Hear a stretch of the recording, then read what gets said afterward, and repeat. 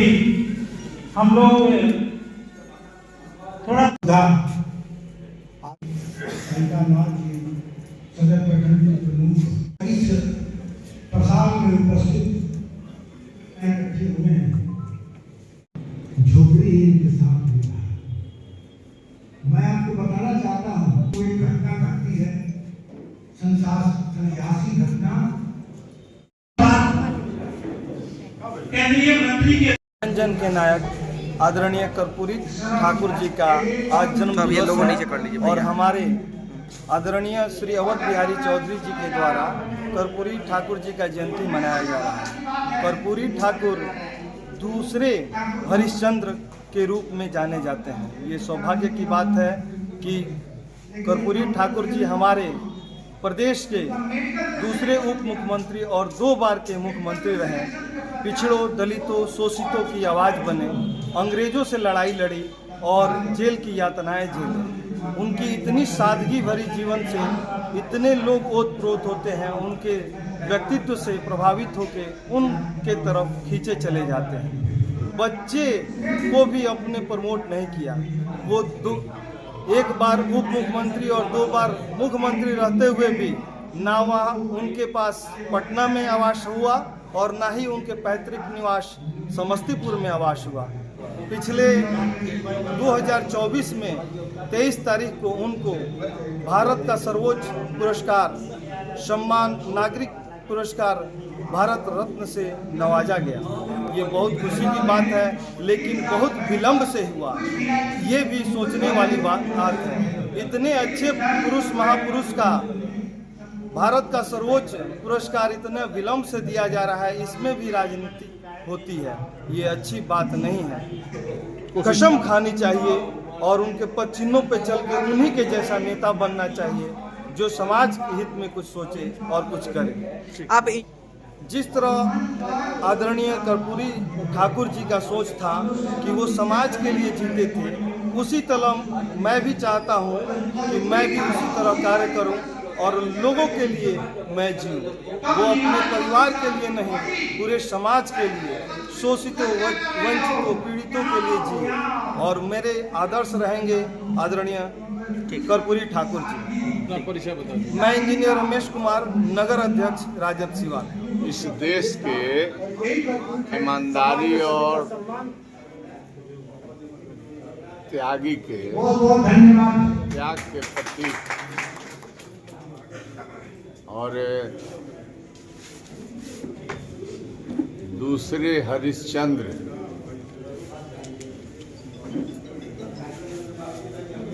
जन नायक कर्पूरी ठाकुर जी की जयंती प्रति वर्ष मनाने का काम सिवान में होता है। स्थल रहता है दारोगा प्रसाद राय महाविद्यालय। आज भी जयंती मनाने के लिए, चूँकि आज उनकी जयंती है, हम तमाम लोग उपस्थित हुए हैं, सिवान के लोग। जननायक कर्पूरी ठाकुर वो जन नायक के उपाधि देने का काम इस देश के सभी वर्ग के नेता और सबको मान सम्मान देने वाले नेता राष्ट्रीय जनता दल के राष्ट्रीय अध्यक्ष श्री लालू प्रसाद यादव जी हैं। जन नायक कर्पूरी ठाकुर जी इतौजिया निवासी थे, जो समस्तीपुर में है। अत्यंत गरीब और अभाव वाले परिवार में इनका जन्म हुआ था।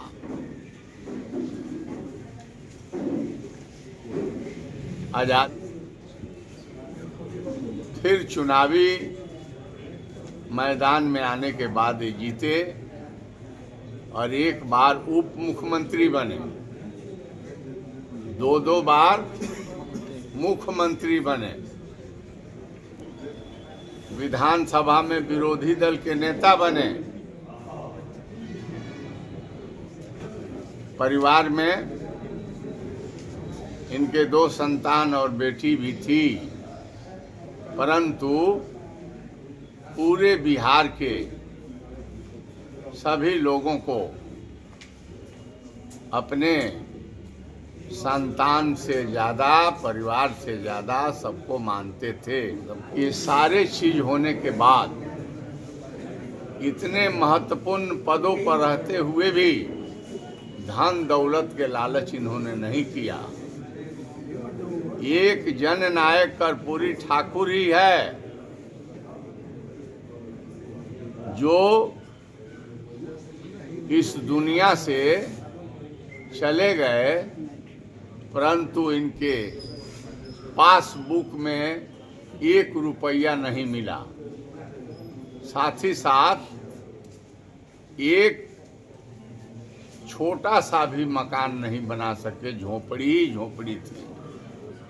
लालू जी की कृपा थी कि इनके गांव में एक छोटा सा सामुदायिक भवन बना दिया, जिसमें इनके भाई और भौजाई लोग रहते थे। हम वहां गए हुए हैं। जयंती हम लोग इसलिए मनाते हैं कि उनके द्वारा किए गए अच्छे कार्यों को अंशतः अपने जीवन में उतारने का काम करें कि जो वर्तमान हुकूमत है केंद्र में, राज्य में, उसको बदलना है, उसको हटाना है।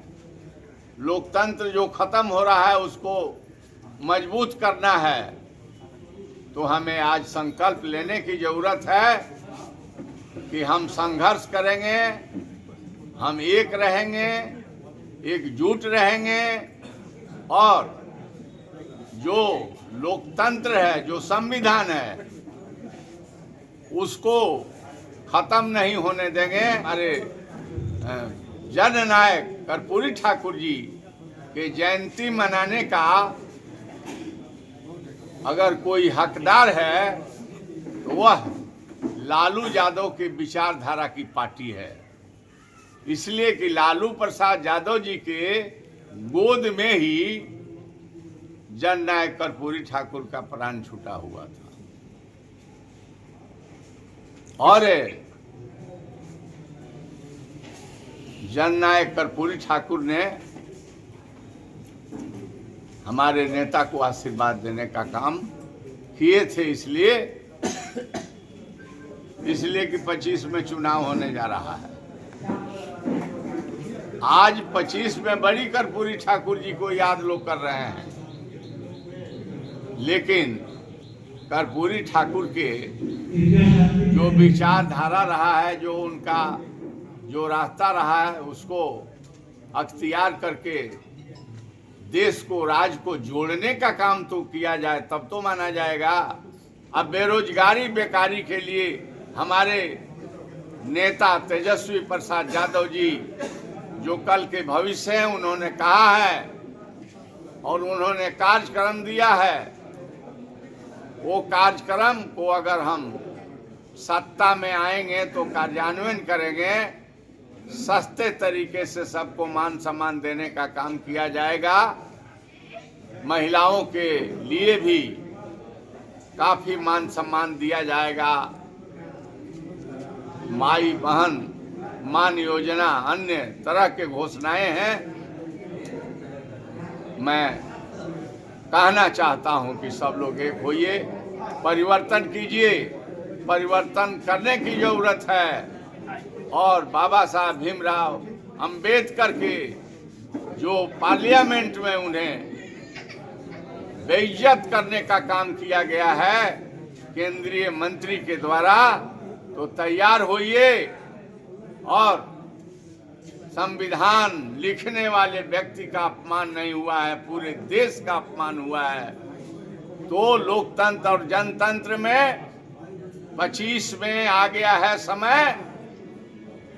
बाबा साहब भीमराव अंबेडकर के जो मजाक उड़ाया गया है, उसका भी हम राजनीतिक तौर तरीके से, विचारों से उसका हम संघर्ष करके हम बदला लेने का काम करेंगे, लोकतंत्र को कायम करने का काम करेंगे।